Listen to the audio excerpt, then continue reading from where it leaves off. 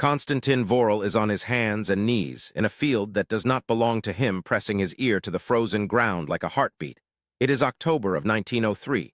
The people of Hardin Flats have been watching him do strange things for months.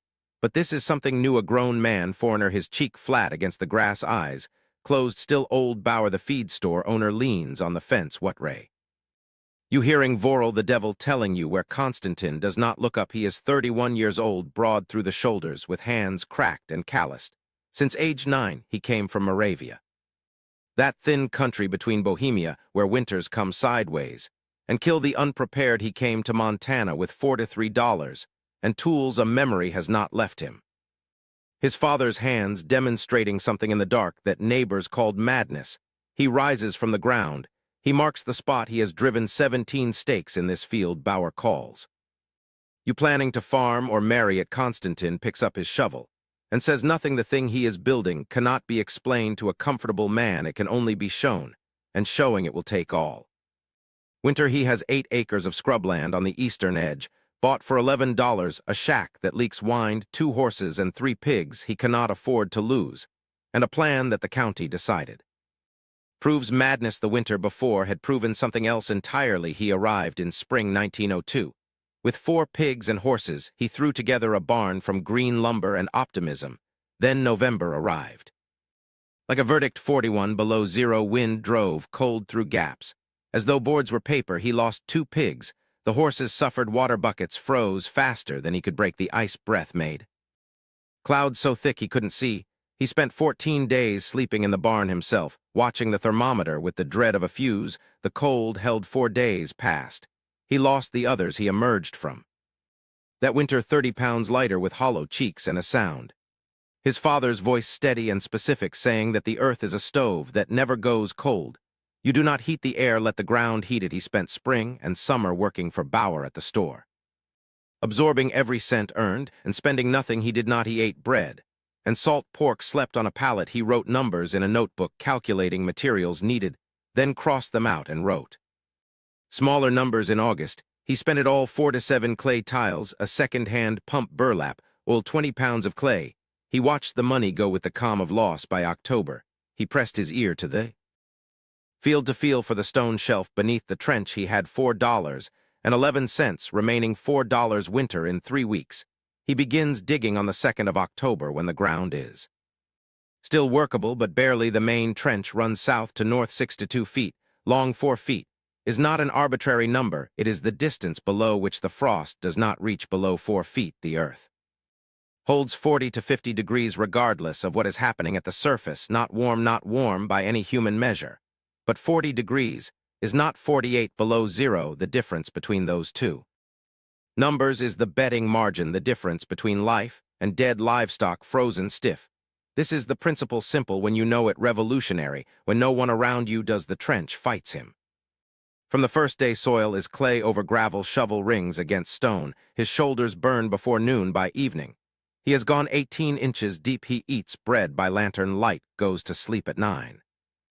Wakes at 4, back to the trench in the dark, before Bauer's audience can arrive. Something useful about working before witnesses appear. The work goes faster without the weight of being watched. He lays the clay tiles end to end along the bottom of the trench, fitting each section into the next, and sealing every joint with river clay. The seal matters more than anything. The air is the messenger. He checks every joint by pressing his palm flat against it. He finds 6 bad joints and reseals all 6 on the 3rd day. His shovel strikes limestone 18 inches short. He spends an entire afternoon staring at the rock, adding numbers. Then he reroutes 11 additional feet of pipe around the shelf, 4 more sections of tile. He has not budgeted for. He walks to Mrs. Holsek's general store. She is Slovak. She does not ask him to sign anything. She gets the tiles. The second blow comes from the pump. During testing, the piston seal has cracked, leaking precious air pressure. He disassembles it on his shack floor. Finding ruin, he cuts a replacement from an old boot sole. The repaired pump finally moves. A gentle current. Air travels through 6 to 2 feet to the barn outlets positioned for pigs and heavy draft horses. He applies a second skin of insulating boards, gap packed with dry straw and clay-laced mud. Barn now has insulating value. Neighbors cannot believe he builds a small entry partition A baffle prevents the full blast of outside air rushing. By October's third week, Bauer has an audience. 6 men and 2 women discuss the project, decided a strange thing. Must be a wrong thing he's going to freeze every animal he's got in there, says Pitman. When that ground freezes solid, those pipes bring in nothing. But cold worse than nothing. Bauer agrees moving cold air is colder, he'll kill them. Faster. Bauer continues watching the field. Young Eckardt shouts. Reckon he's trying to pipe hog smell out. Can't stand his own barn. Eckardt laughs to the crowd. Konstantin can hear them. He tightens the last fitting. He does not look up from his work, what the audience cannot know. Ground isn't freezing at 4 feet. The frost line penetrates only 2.5 feet below. That the earth is a battery absorbing summer heat all winter. It releases it slowly with the patience of mass. At 4 feet down, October holds 4 to 4 degrees. December will lower to 38. But never reach zero, never approach what is happening at the surface. The pipe will carry that underground air into the barn. Horses and pigs are themselves generating heat with their bodies. The result will not be warmth, it will be survival. That is what he is building, not comfort, survival. He walks to the lintel and pumps 15 times. Inside they hear the soft rush of air. Bauer squints. What in tarnation is that to do warm? Konstantin says. In cold air comes warm. Eckardt laughs. Bauer leads the group toward the road. November 1st. Konstantin finds the final number. $61 spent. $4 left. Trench, buried pipes, sealed pump. Repaired barn tight. His injured knee aches in a constant low key. The cough from cold mud comes and goes, tired in the way that fear makes a person, not just the body, the whole interior machinery. Everything depends on one idea, one calculation. Memory of his father's hands in a Moravian barn. He works by lantern light. After neighbors have gone, he banks earth around the pipe's cold intake. Mouth, Pavel Holsek, starts appearing, asking real good questions. They build a wooden cover to block the snow. Pavel is the first in Hardin Flats to believe. Pavel asks why the ground doesn't freeze down deep. Is less cold earth, holds middle temperature. Konstantin holds his hands apart, bringing them halfway. Pavel looks at the field with faith. November 17th. Brings a sky nearly white. Konstantin checks everything for the 4th time. Pipe, outlets clear, pump moving smoothly. Kaspar stands at his hay. Relaxed posture. Ticha, quiet, is already eating. The pigs are doing everything at once, requiring nothing. He pushes the door open against the wind's resistance. Konstantin runs through the zero visibility blizzard for the barn. Inside, the lantern throws jumping shadows across the stalls. Kaspar is uneasy, rolling his eyes at the wind. Ticha is still. The pigs are piled in corners. He checks the thermometer hanging inside the barn. 29 degrees Fahrenheit outside. 14 below zero, a difference of 4 to 3, and the storm barely started. He pumps for 30 minutes. He checks the outlet. Air flowing steady. He goes back to his shack. He cannot sleep. He sits by the stove and listens, thinks about every joint sealed in those 6 to 2 feet. Whether the bootleather piston will hold, he knows the answers in his head, which is where the real knowing happens. By 8. The next morning, the temperature is 31 below zero. The wind is running at 52 miles per hour. The snow is not falling so much as flying. Not down, but horizontal, granular, with a dry violence. Abrading every surface it touches with a dry violence that strips exposed skin. In minutes, the sky has ceased to exist as a distinct thing. There is only white, and within the white there is the cold. Searching every structure for weakness, it finds weaknesses. Bauer's wood supply runs out by mid-morning. He had not planned to burn at this rate. He stands in his barn with a stove going cold and a shivering horse. He makes 3 trips to the woodpile in the full blast of the storm. He comes back moving with the deliberateness of a man who is not certain. He is warm. He moves his horse to the stall. Closest to the dying stove, he puts his hands together and prays to a god indifferent to Montana winters. The Pitman barn loses its east door before noon. Pitman and his man Nail boards across the gap. They retreat inside, moving with an awful cold slowness. Barn hits 11 below 2. Calves are down. Young Eckardt's chimney ices over. Smoke fills cabin. He opens a window. The blizzard enters. Eckardt wraps in blankets and burns furniture. Konstantin goes to his barn. Every 3 hours he braces at the door for a count of 10. He swings the lantern. The animals are standing. Thermometer 30 degrees F inside, 41 below zero, outside 7 to 1 degrees of difference. With no fire, he puts his hand against the lower pipe outlet, not the burning cold outside, but the earth's steady breath flowing. Through the floor at a consistent steady rate. Horses are 500-pound furnaces. Pigs contribute their heat. The system balances at a point that is alive. The water in the trough, he dips his fingers.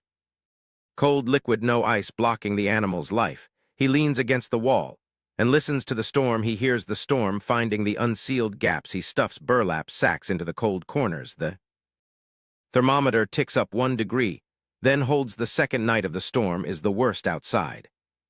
48 below. Skin freezes in 2 minutes. Metal becomes brittle, as glass. Horses have been known to freeze. Standing in open barns, the gap between working and almost working is a life. Konstantin's barn thermometer at midnight reads 26 degrees outside. 48 below, a difference of 7 to 4 degrees. His hands shake. As he records the final number, he pumps the pump for 4 to 5 minutes. He checks every outlet, air flowing steady. He sits with the lantern turned low to save oil, listens to Tcha eat hay unbothered in the dark. The storm runs for 4 to 7 hours. When the wind finally slows, the silence it leaves behind is the particular silence of a world stripped to its essentials. Hardin Flats looks like a different country. Drifts to the rooflines, fence posts, buried the road, gone everything white and sharp-edged, and still Konstantin open. Barn door into the cold white morning. He checks the thermometer, 26 degrees, inside, outside at 7 in the morning. 11 below. The storm's worst is past. The ground temperature has dropped slightly, but the system is still delivering. Kaspar stands at the water trough, drinking. Tcha is eating. The pigs are making. Morning demands. The water in the trough is liquid. Konstantin sits down on a hay bale and stays there for a while. He is very tired. The cough is back. His knee throbs steadily. He has $4 and a barn of animals outside. 48 below zero, tried everything it knows, and the animals are still here. He stays on the bale until Tcha comes and puts her nose on his shoulder. Then he gets up and feeds everyone. Bauer comes on the 4th day. After the roads have been broken enough to walk, he comes alone, walking through knee-deep snow. Because his horse pulled up lame, he stops at the fence and calls out, and Konstantin comes to the door. Your animals? Bauer says. Not a question. All well, Konstantin says. Bauer is quiet. He has lost his mare to the storm. How warm did you hold it? He asks. 26 degrees last reading this morning. Bauer does the arithmetic. He takes his hat off. By gum, he says softly to no one in particular. He asks to come inside. He walks the barn. He finds the pipe outlet and holds his palm against it, feeling the flow of tempered air from 6 to 2 feet underground. Then he turns to Konstantin and asks, how deep? 4 feet, and the ground at 4 feet. 40 degrees, maybe 36 now, but never frozen. Bauer looks at the thermometer, then at Konstantin, adjusting. I have called you things that were not fair. Pitman comes 2 days later, having lost 4 calves. Pitman asks to see the drawings in the notebook. Pitman leaves with his own notes, copied from Konstantin. Eckardt does not come. He has returned to Ohio. Mrs. Holsek brings Pavel, who translates the complete story. Pavel translates carefully, verifying technical terms. Mrs. Holsek fills 6 pages in her handwriting. She also pays Konstantin the $20 from the saloon bet. It is the most money Konstantin has held. He records it. He walks his property in the quiet that follows survival. The field looks like every other field, snow-covered, featureless. You would not know that clay tile run 4 feet deep. 3 days ago, warm air moved. While the sky tried everything, the best solutions often look like nothing from the surface. He stands at the southern end near the cold intake mouth. The opening makes a faint sound, like breath. He pumps from inside the lean-to. Air moves, arriving. Knowledge looks like madness until the cold tests it. Then the cold tells the truth. Konstantin had thought about that many times over the summer, laying pipe in the Montana heat, sweating over joint compound and drainage calculations, listening to Bauer's commentary from the fence line. He had thought about it on the worst night of the storm, sitting in the barn at midnight, reading 26 degrees on the thermometer, while outside the thermometer ran out of numbers. He had thought, my father knew this. My father stood where I am standing, and the cold came, and the pipes held, and the animals lived. He does not know what to call what he carries. Not inheritance exactly, something more like a debt paid forward, knowledge bought with work, and doubt now given again to a different barn bought with the same currency, he turns from the cold mouth of the pipe and walks back where Ticha is. Waiting for her morning feed with regal impatience drifts, our chest thigh against the north wall hard as concrete blue-white. They will not melt until March they press against the barn like a second wall. Another gift from the cold unintended taken anyway inside the barn is dim and warm, and alive the sound of animals breathing the smell of hay and horses, and the particular earthy smell of pigs in. Winter the thermometer reads 24 degrees Fahrenheit, the lowest it has read since the storm, and outside 10 below zero. He hangs the lantern on its hook. He measures out Ticha's feed he listens to. The pump push air through the earth give it up, and the animals eat. Konstantin Vorel came with $4 to $3, and a memory he leaves this winter with $4 living animals, and the proof that the memory was worth carrying, that the thing his father knew was true, that the earth 4 feet down does not care what the sky is doing.